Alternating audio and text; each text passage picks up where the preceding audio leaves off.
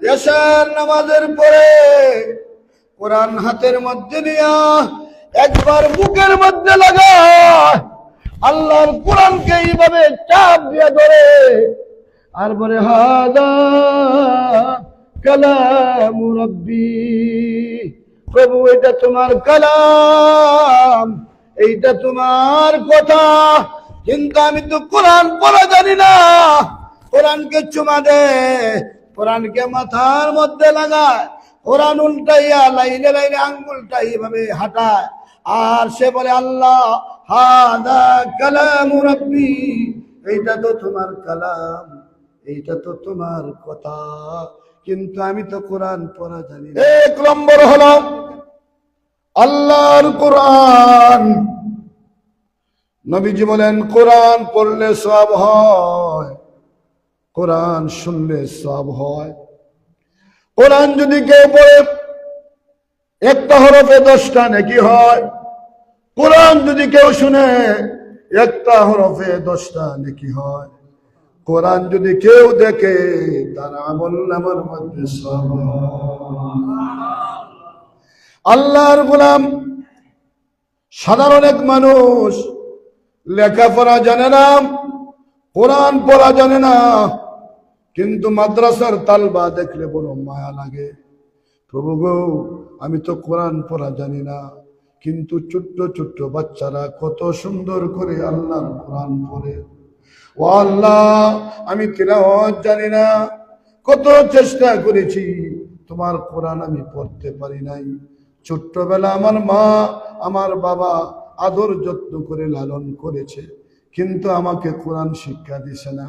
এশার নামাজের পরে আল্লাহর বান্দা ঘরে যায়, নামাজ পড়িয়া কারিয়া থেকে আল্লাহর কোরআনটা নামা, আল্লাহর কোরআন নামাইয়া এইভাবে পৃষ্ঠাটা উল্টায়, একটার পর আর একটা পৃষ্ঠা উল্টা, একটার পর আর একটা পৃষ্ঠা উল্টা, পৃষ্ঠা উল্টাইয়া প্রতিটা লাইনের মধ্যে হাত রাখিয়া আঙ্গুল রাখিয়া আল্লাহর বান্দা এইভাবে আঙ্গুলটা আটায় আর কয় হাদা কালামু রাব্বি, হাদা কালামু রাব্বি, হাদা কালামু রাব্বি। প্রভু গো, এইটা তোমার কালাম, এইটা তোমার কথা, কিন্তু আমি তো পড়তে জানি না গো, আমি তো কোরআন পড়া জানি না। প্রতিদিন এইভাবে হাত আটায়, হাত নাড়ায় আর পৃষ্ঠাটা উল্টায়, আর চোখের পানি এমন ভাবে বাহির হয়, কানতে কানতে কোরআন ভিজিয়া যায়। প্রত্যেক দিন আল্লাহর কোরআন নিয়ে কোরআন দেখে পড়তে পারে না, শুধু কোরআনটা দেখে পড়া জানে না।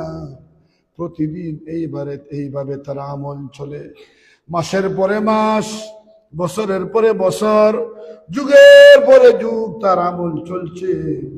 হঠাৎ করে আল্লাহর বান্দার ইন্তেকাল হয়ে যায়।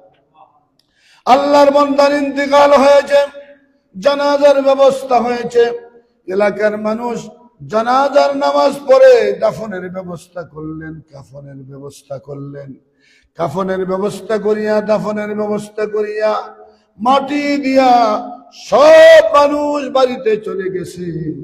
একজন আত্মীয় ছিল, উনি কবরে নেমেছিলেন। উনি বললেন, ও আমার এলাকার মুরব্বী সাহেবেরা, আমার তো বিরাট বড় ক্ষতি হয়ে গেছে। কি হয়েছে?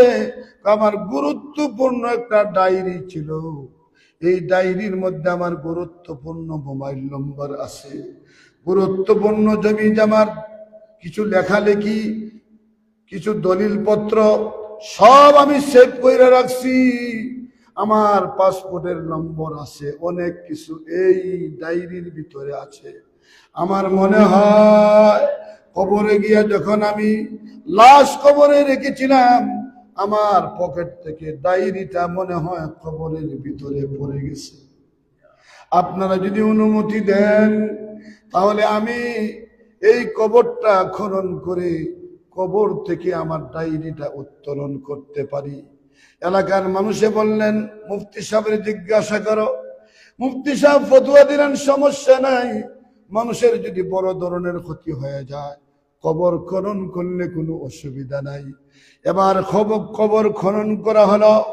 আল্লাহর কসম, মশহুর ঘটনা, কবর খনন করার পরে দেখা যায় বাঁশের খাটকিগুলি যখন সরাইছে তখন দেখা যায় কবরের ভিতর থেকে মেশক আম্বরের ঘ্রাণ বাহির হয়। শুধু মেশক আম্বরের ঘ্রাণ না, এলাকার মানুষ তাকায়া দেখে কবরের ভিতরটা জান্নাতের ফুলে ভরপুর হয়ে গেছে। মানুষ আশ্চর্য হয়ে গেল। মাত্র আমরা দাফন করলাম, কোথায় থেকে ফুল আসলো, কোথায় থেকে ঘ্রাণ আসলো? এই মানুষটার কি আমল ছিল? যাও, চলো ফ্যামিলির কাছে যাও, বিবির কাছে যাও। স্বামীর খবর সব চাইতে বিবি বেশি জানে, কথা ঠিক কিনা? সব চাইতে বেশি জানে জামাইয়ের খবর বউয়ে। আমি 3টার সময় ওয়াজ থেকে যাই, 4টার সময় ওয়াজ থেকে যাই, 2টার সময় ওয়াজ থেকে যাই। ফজরের নামাজ আমি পড়ি কিনা পড়ি না আপনারা কেউ জানেননি, কেউ জানেন না। আমার মাও তো জানে না, আমার বাবাও জানে না। আমার বাবা অন্য রুমে থাকে, আমার মা অন্য রুমে থাকে, স্ত্রী আমার কাছে থাকে। আমি তাহাজ্জুদের নামাজ পড়ি কিনা, আমি ইশরাকের নামাজ পড়ি কিনা, আমি ফজরের নামাজ পড়ি কিনা দুনিয়ার কেউ জানে না, কিন্তু আমার স্ত্রী জানে, কথা ঠিক কিনা? এই জন্য নবীজি বলেছেন, কোন মানুষের স্ত্রী যদি স্বামীকে বলে ভালো, তা আসলেই বালা, আসলেই বালা। যাও, ওই লোকটার স্ত্রীকে জিজ্ঞাসা করো কি আমল করত। আল্লাহ যে কবরে জান্নাতের ফুল দিয়া সাজাইয়া দিলেন। এবার স্ত্রীকে জিজ্ঞাসা করার পরে স্ত্রী কান্দে আর বলে, ও এলাকার লোকেরা, আমার স্বামী ছিল অশিক্ষিত মানুষ, আল্লাহর কোরআন পড়া জানতো না। এশার নামাজের পরে কোরআন হাতের মধ্যে নিয়া একবার বুকের মধ্যে লাগায় আল্লাহর কোরআনকে এইভাবে চাপ দিয়ে ধরে আর বলে, হাদা কালামু রাব্বি, প্রভু এটা তোমার কালাম, এইটা তোমার কথা, কিন্তু আমি তো কোরআন পড়া জানি না। কোরআনকে চুমা দে, কোরআনকে মাথার মধ্যে লাগায়, কোরআন উল্টাইয়া লাইনে লাইনে আঙ্গুলটা এইভাবে হাঁটায় আর সে বলে, আল্লাহ হাদা কালামু রাব্বি, এইটা তো তোমার কালাম, এইটা তো তোমার কথা, কিন্তু আমি তো কোরআন পড়া জানি না। এলাকার লোকেরা কোরআনওয়ালাকে, বাদামওয়ালাকে, বাদাম বিক্রি করলে বাদামওয়ালা হয়, সানাসুর বিক্রি করলে সানাসুরওয়ালা হয়, গাড়ি চালাইলে গাড়িওয়ালা হয়। কোরআন নিয়ে ব্যস্ত যারা থাকে, কোরআন যারা পড়ে, কোরআন যারা শিখায়, তারা কোরআনওয়ালা। আতরের দোকানে গেলে আতর কিনলে কিনেন, না কিনলে না কিনেন, আতরের ঘ্রাণ লাগে কিনা? জোরে বলেন। আতর কিনলেও আতরের ঘ্রাণ পাইবেন, না কিনলেও পাইবেন, কারণ আতরের দোকান, এইটার ভিতরে আতর আতর। উলামায়ে কেরাম, আইম্মায়ে মাসাজিদ, এই যে আলেম সাহেবান যারা আছেন, এরা হইল আতরওয়ালা, এরা হইল কোরআনওয়ালা। এদের কাছে কোরআন আছে, এদেরকে মহব্বত করবেন, কোরআনকে মহব্বত করা হবে। এদেরকে মহব্বত করবেন, রসুলকে মহব্বত করা হবে। এদের সাথে হাত মিলাবেন, রসুলের সাথে হাত মিলানো হবে। এদেরকে ভালোবাসবেন, এদেরকে মহব্বত করবেন।